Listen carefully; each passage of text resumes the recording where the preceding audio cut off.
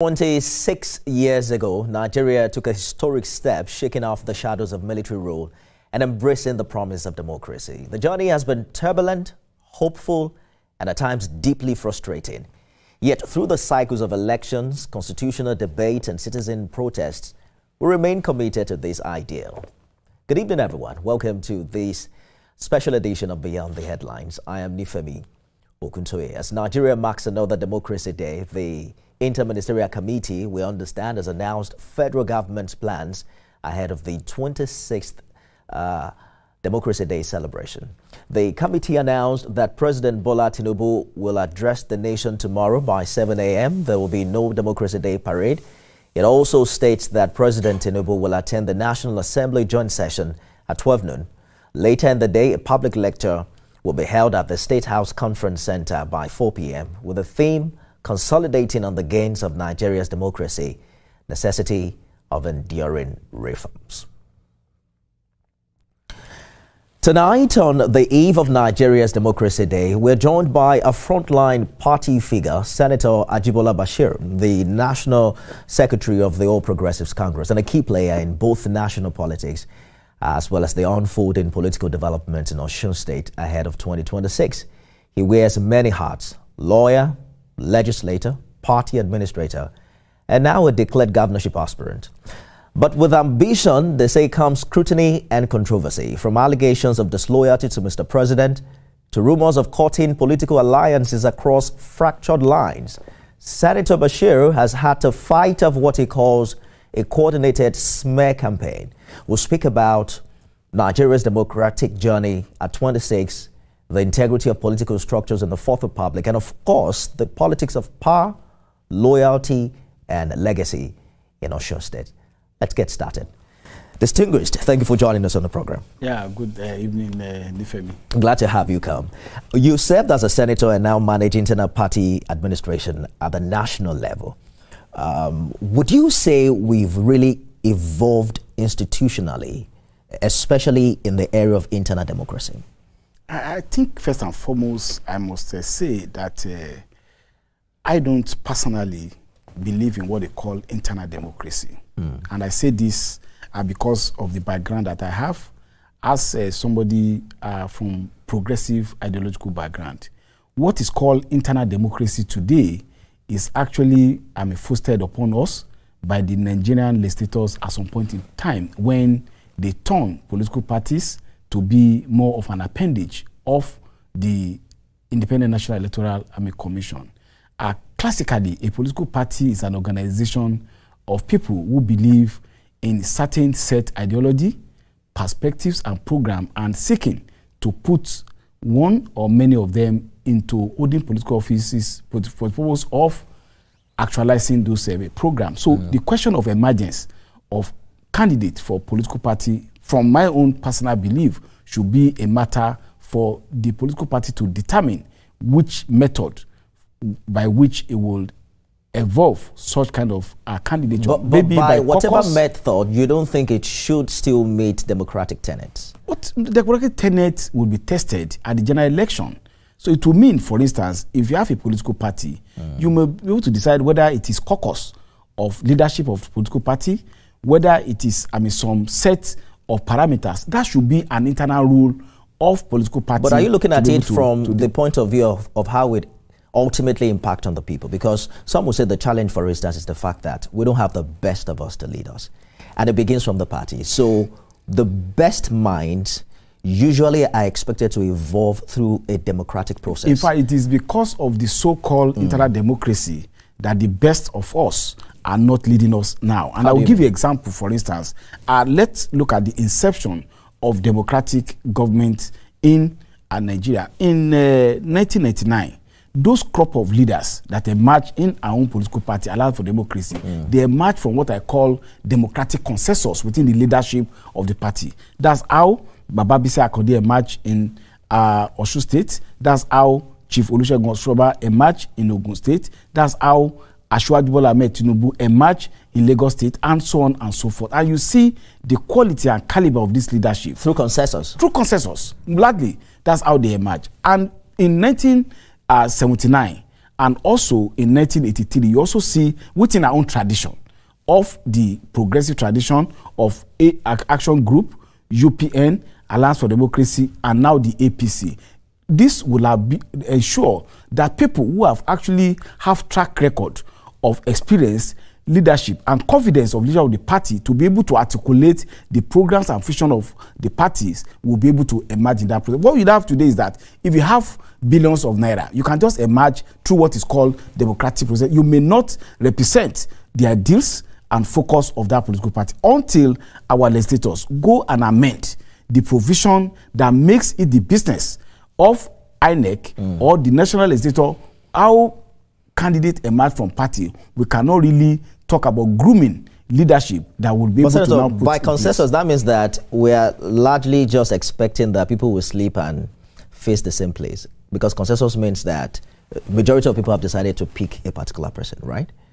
How does that differ from having them truly elect the person? Because you are really counting on the leadership of each party to be able to make the best decision for them. A political party should be a reflection of the core ideals of the leadership of that political party. And they will be able to determine who best represents, who best could be put forward for the purpose of advancement of that. I know people who are in the civil society may not agree with me, but from the tradition that I come from, ideally, the question will now be, when you present somebody, let the general electorate determine whether the person should be elected or not elected. And when you look at some other climate where democracy actually evolved, you see a kind of different system by which you now pigeonhole all political party to evolve their to ensure the emergence of their candidate must be from the same parameter. It's an interesting position you have taken, but another way to look at it is that even with the current democratic setting, it is still the leadership that determines who emerges winner. I had a young fellow here yesterday who is the youth party candidate for Etiosa local government. And I asked him, why didn't you join the APC? Because the APC wins all the local government election in Lagos. And he said he was there. But they tell you a primary election will hold on Saturday, and then during the week they send you a message that a winner has emerged. That's under the leadership of the party, whatever means they use, whether through direct or indirect. But I want us to touch on a few other things. I would like to get your point of view on whether or not you support the call for restructuring or the absolute rewriting of the 1999 Constitution, when you consider the arguments that it was a military-imposed document that lacks national consensus. You see, we like sloganeering in Nigeria without actually looking at substance. Between 1999, yes, I agreed, 1999 Constitution was an imposition by the military government of Abubakar Abdulsalam.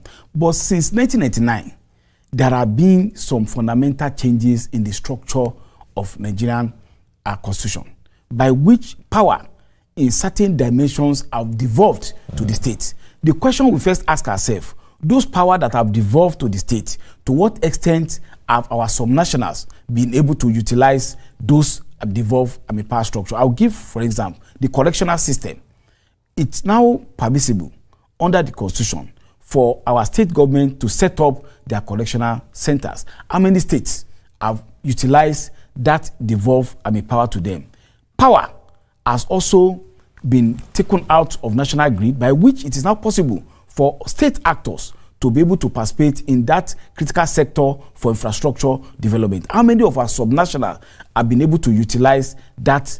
That means, and also the mode by which businesses are carried on. You don't have to carry on businesses by way of company incorporated under Companies and Other Matters Act. You can use limited partnership and some other form of business by which you encourage commerce within your territory. To what extent will have been able to test those constitutional latitude and use it to advance the interest? So it's not just enough to just castigate 1999 Constitution as it were as imposition of the military. Yes, that is a treason. But then within the ambit of effort that have been made to devolve power, there's a need for the subnational to take critical look and see how best they will be able to advance the economic progress of our people, and as well as infrastructure development. I was reading a story talking about how much money had gone to local government structure because of the removal of the first subsidy and the flotation of the naira. The question you ask yourself is that within those structure, to what extent has this important development of freeing resources for infrastructure development impact positively on the people at the grassroots? So there is a need to have a mental construct that development should be the focus of our democracy. And therefore, rather than sloganeering, we need to ensure that we also do what will advance the education of our people, the health of our people, and as well as bring prosperity. There's no sense to which you think Nigerians. that the Constitution is also hindering development to that extent, to some extent. You see, I've told you what we could do within the present anomalous constitutional provision. I'm not saying the way it is currently constructed. The way it's constructed, but if then I'm a reformist. I believe that we can do much in terms of restructuring, but we also need to utilize what we have been able to get in terms which of you think that we haven't done enough. So you have now declared your interest to contest for governor in Osun in 2026. But in the build-up, we're seeing reports alleging your criticism of President Tinubu over Governor Adeleke's visit. You have denied that. But do you think such reports, in a way, is a reflection of internal party tensions in Osun APC? First and foremost, I have not formally declared my interest in contesting for governorship of Osun State. So how come it is formally known? Maybe. Are you going to contest? You know, Nigeria, the people talk about taking more from body language. By the INEC notice that was published about a week ago, notice of election for Osun will be made on August 25. And I think at that point in time, that you can now talk about formally making declaration to contest, election. And of course, contesting, just as I said, from what you said from my position on the issue of internal, democracy, our party is a party of, leadership. Just for clarity, is it accurate to call you an aspirant for that position? I have not collected form. Do you want to run?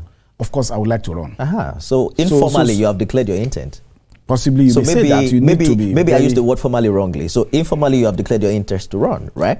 But the real question I'm asking is that with all the conversations that have happened following Governor Adeleke's visit to Mr. President, what does it say about internal party tensions within your... Formally, I don't know where the news media that published that story got their story. I never made any criticism of Governor Adeleke visiting the president. Why will I, as a party bureaucrat and as a former senator of the Federal Republic of Nigeria, say that a sitting governor should not pay visit to the president? So it's some other people that made such criticism, but of course maybe they thought that the team boomerang and decided to pay some yellow journalist story to say Ajibola Basiru made criticism. I have never had cause. Then I cannot make criticism of President Bola Tinubu in public because I have access to him. So even if I have things to say, I don't have to go to public to say that this is what is it. So if you have access to, for instance, I have access to you, if you have done something I need to make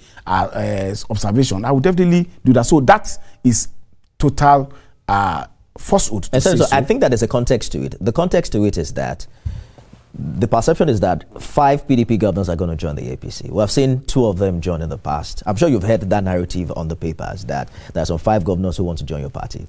So when they saw Governor Adeleke visit Mr. President, they are thinking, okay, perhaps they want to decamp as well. Then some people in Osun APC now said, the APC ticket is not for sale. And then you're wondering, who wants to buy it? Are they saying, Mr. President, who wants to buy is it Gov Adeleke that wants to buy it? I think that give us some clarity as to that. You know, I had a meeting with former councillors of our party some few days ago, and I said that that statement, from where it comes from, is very reckless and also indecorous, and that should not come from somebody who believes in the leadership of President Bola Ahmed Tinubu. He is the leader of the party. He will decide ultimately whether somebody should decamp or whether the party should accept some. And with his political sagacity, which he has put into play since he was governor of Lagos State, I don't have any doubt whatsoever that he will be able to take a decision whether is it in our overall interest to admit Governor Adeleke to the APC, or we want to go a whole hog of feeding our own candidates in that election. So that is within the province. This possible defection to do so. Does it bother you? Doesn't bother me. because I believe that power flow from God, and then you also have to strategically agree and align whatever vision, whatever ambition you have with the overall context of what will advance the interest of the polity. So let us play the scenario, because we have seen the Akwa Ibom State Governor, the camp, we've seen the Delta State Governor, the camp. Let us play the scenario that the Osun State Governor also the camp. Would you acknowledge him as a leader of your party in Osun State? Of course, I don't have a choice. That's not, and the decision whether it decamps or whether it's accepted is not even my own decision. It's a decision of him looking at what he wants to do, and the decision of President Bola Ahmed Tinubu and some other leaders of our party, including Baba Bisa Akonde, whether they want to go that route. And once that decision is taken, I'm an absolutely loyal person to the party. I call myself an establishment politician. Whatever the leadership decide, I take. Because but given your position, this aphorism, let me just conclude. There's an aphorism. If you want to be a good leader, you must also be a good follower. For now, I decide to be a good follower because I ultimately one day also aspire to be a good leader. Earlier on, we were talking about party leadership, and you're saying that the leadership of the party should stand for the ideals. I believe you're talking about the ideology of the party.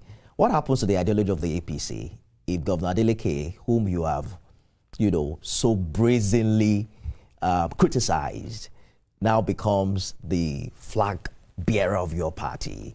Are you able to stand by your party to say it is still the APC and the progressive that you claim to be? You are still talking on hypothetical. Yes, because that decision has not been That's taken. why I said 2 governors have left already, so it's not going to be some form of impossibility for it to happen. Of course, let us deal with it when it comes to reality. I don't want to deal with hypothetical and academic it will automatically issues. impact on your ambition. Does that bother you? I've told you that I'm not inordinately ambitious. I will align whatever ambition I have, whatever vision I have within the overall vision of President Bola Ahmed Tinubu. Is there a sense to which you think your ambition is at odds with certain power blocks in the APC? Have you ever seen where such will occur, that somebody will have ambition and everybody will automatically align? There's this saying in Yoruba language that it is only Oriburuku that people don't contest. Only bad luck that people don't contest. And the position of governor is not